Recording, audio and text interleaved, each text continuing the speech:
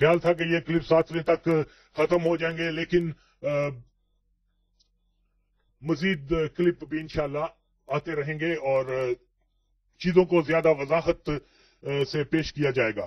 بات طالبان کی ہو رہی تھی. اگر طالبان سلفی نہیں تو وہ کس عقیدے کے پیش نظر اپنے مخالفوں کو اذیتناک طریقوں سے ہلاک کرتے رہے، مزارات کو بند کرتے رہے، شیعہ اور صوفی طریقت کے علماء کو بے درک قتل کرتے رہے، کلام کو بدعت قرار دیتے رہے، میلاد کو شرک اور اپنے مخالفوں کو کافر سمجھ کے ہی مارتے رہے، اور القاعدہ کے سلفیوں کو ملا عمر نے صحیح عقیدہ مسلمان قرار دے کر ہی افغانستان میں پناہ دے رکھی تھی.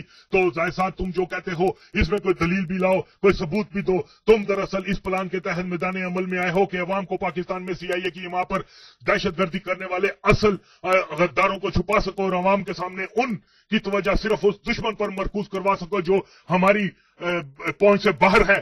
آپ کون سی نئی تھیوری بیان کر رہے ہو جسے پاکستان کے عوام آگاہ نہ ہو؟ CIA، موساد یا را اور دیگر سامراجی قوتوں کے کردار سے تو پاکستان کے عوام بہت عرصہ سے آگاہ ہے. پاکستان کے عوام کو معلوم ہے کہ امریکی حکومتوں کی پالیسی ہمارے وطن کے مفاد میں نہیں ہے، غریب عوام کے مفاد میں نہیں ہے، مزدور اور کسان کے مفاد میں نہیں ہے. عوام جانتے ہیں قطر میں 7واں بیڑی بیڑا ہماری مدد کو نہیں آیا تھا. عوام جانتے ہیں کہ گنگا را نے اغوا کروایا تھا تاکہ جس کو جواز بنا کر انڈیا نے مغربی پاکستان اور ڈھاکہ کا فضائی راستہ بند کر دیا تھا. عوام جانتے ہیں CIA نے بھٹو کو ایٹم بم، اسلامی بم بنانے کے جرم میں پھانسی تک دلوا دی.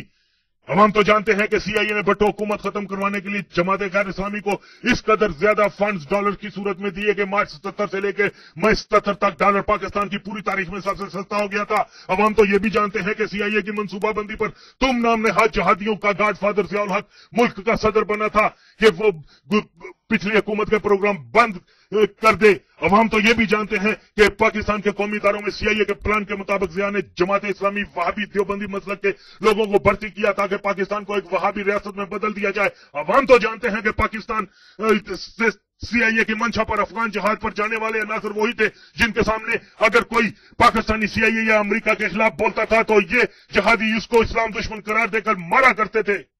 کیوں ضیاء صاحب شنید ہے، آپ بھی زمانہ طالب علمی میں جمعیت کے رکن رہ چکے ہیں. کہیں آپ نے تو کسی کو امریکہ کے خلاف بات کرنے پر کوئی پھینٹا نہیں لگایا؟ ضرور پھینٹا لگایا ہوگا کہ امریکہ ہی آپ کی دکھتی رگ ہے.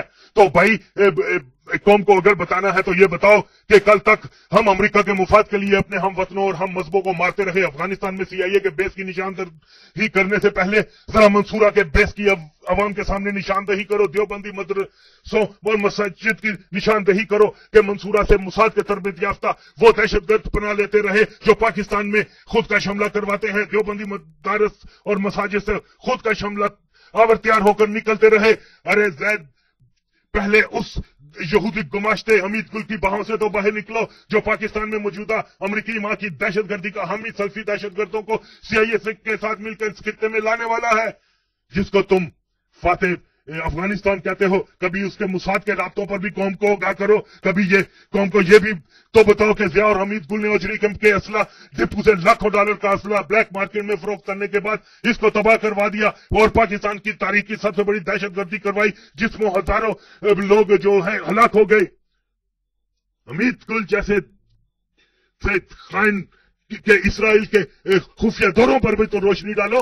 دین کے نام پر گنڈا گردی کرنے والی جماعت غیر اسلامی لشکر جنگوی سپاہ صحابہ لشکر طیبہ کے راہ موساد CIA تعلقات پر بھی تو لب کشائی کرو.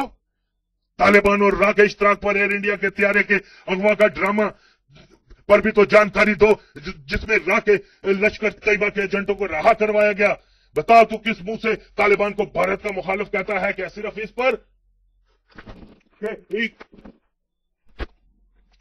کہ افغانستان میں ہندو سکھ ہم نے لباس وہ ایک خاص نشان لگائے. طالبان نے راہ کے پلان کی جانے والی ہائی جیکنگ میں راہ کے منصوبے کو پایا تک مل پہنچایا جس کے نتیجے میں راہ کے ایجنٹ رہا ہوئے اور یہ ایک ڈرامہ تھا جس میں وہابی مولوی اظہر مسعود بھی شامل تھا. اگر اس ہائی جیکنگ کے سارے واقعات کا جائزہ لیا جائے تو صاف معلوم ہوتا ہے کہ یہ ایک مصنوعی اور دکھاوے کی ہائی جیکنگ تھی. امرتسر لینڈنگ بھی ہوئی پھر بھی طیارے کو کیسے پرواز کرنے دیا گیا؟ اگر طالبان اس ناٹک میں شریک نہ ہوتے تو آسانی سے کمانڈو ایکشن کیا جا سکتا تھا. اور پھر افسوسناک امر یہ کہ پاکستانی اسٹیبلشمنٹ نے پاکستان میں وہابی دیوبندی مافیا کے دباؤ میں آ کر اظہر مسعود اور شیخ عمر کو زیر تفتیش نہ کیا, اور انڈیا کے ایجنٹ آج بھی پاکستان میں آزادی سے گھوم رہے ہیں اور انڈیا میں را کے ساتھ موساد کے ساتھ مل کر دہشت گردی کے نام پر آئے دن کوئی نہ کوئی نیا ڈرامہ کرتے رہتے ہیں.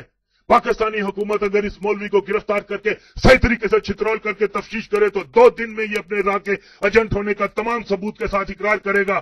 لیکن بدقسمتی سے زیادہ دور میں جو وہابی جماعتی دیوبندی عناصر پاکستان کے اداروں میں بھرتی کیے گئے تھے وہ عناصر ایسا ہونے نہیں دیتے. اور سب سے اہم مسئلہ یہ ہے کہ ان عناصر کی اول ترجیح اپنے مسلک کا فروغ اور دفاع ہے. جہاں کہیں بھی پاکستانی مفاد اور ان کے مسلک کا ٹکراؤ ہوتا ہے تو یہ زائنسٹ اور CIA کے تنہا خور منافق پاکستانی مفاد کی بجائے اپنے عقیدہ و مسلک کو اہمیت دیتے ہیں. اس لیے اظہر مسعود جیسے عراق ایجنٹ پر کوئی آنچ نہیں آنے دیتے. بہرحال پاکستانی کی سالمیت اور بقا کے لیے بہت ضروری ہے کہ دیوبندی جماعتی وہابی عناصر کو قومی اداروں سے پاک کیا جائے, اور ایسا کرنے میں سب سے زیادہ فائدہ پاکستان کا ہے, سب سے زیادہ نقصان CIA اور موساد کا ہے. یہ وہابی دیوبندی مافیا آج بھی انہی کے مفاد کے لیے سرگرم عمل ہے.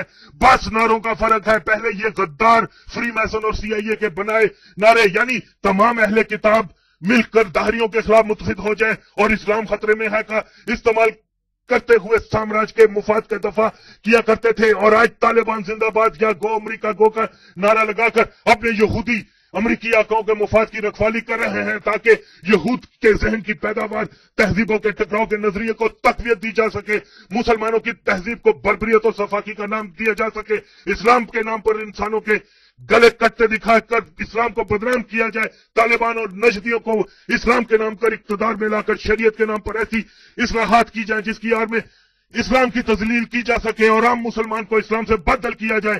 بہرحال یہ ایک طویل داستان ہے جو پھر کبھی صحیح, لیکن زاہد صاحب تم تو ایک جہادی ہو, طالبان کے حامی ہو, ان کے ساتھ مل کے کفار کے خلاف جہاد کا اعلان کرتے ہو, تو اب تو افغانستان میں جہاد کا تجربہ بھی رکھتے ہو, اور یقیناً آپ نے کم از کم 50 روسی ٹینک اور 20-30 مگ طیارے تو تباہ کیے ہوں گے, 400-500 کمیونسٹوں کو تو ضرور ہلاک کیا ہوگا, کیونکہ تمام یہ جہادی یہی دعویٰ کرتے ہیں.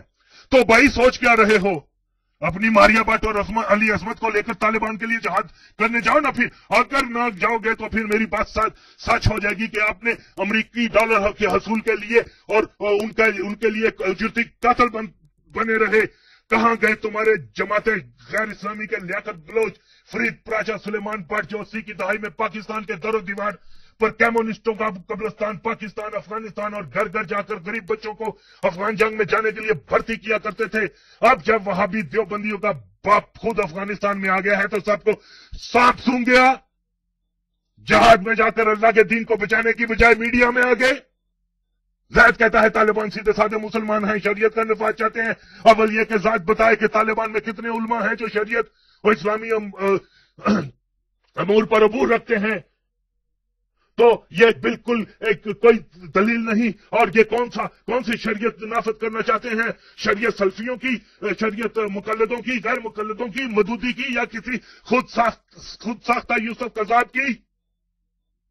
طالبان کی جہالت اور دینی امور سے نابلد کا یہ علم ہے کہ اگر کسی طالب سے یہ سوال کیا جائے کہ آپ وہابی عقیدے پر ہیں تو جواب ہوگا زہ مسلمان ہم وہابیان چھ دے آگا کافران دے, میں مسلمان ہوں وہابی کافر ہیں. اور اگر سوال کیا جائے تو اسامہ وہابی ہے اور سلفی ہے, آپ ان کے ساتھ کیوں ہیں؟ تو کیا ان کے جواب ہوتا ہے دس خبر اما کوا اسامہ چھ دے ٹولو نہ گٹ مسلمان دے منگ سر نماز ہم کی گی.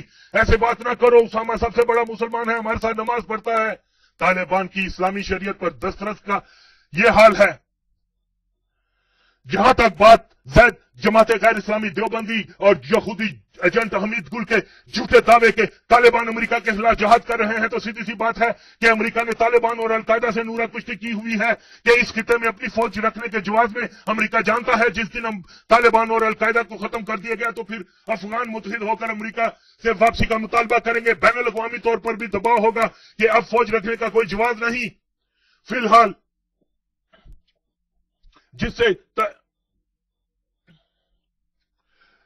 الحال تو امریکہ افغانوں کو بلیک میل کر رہا ہے.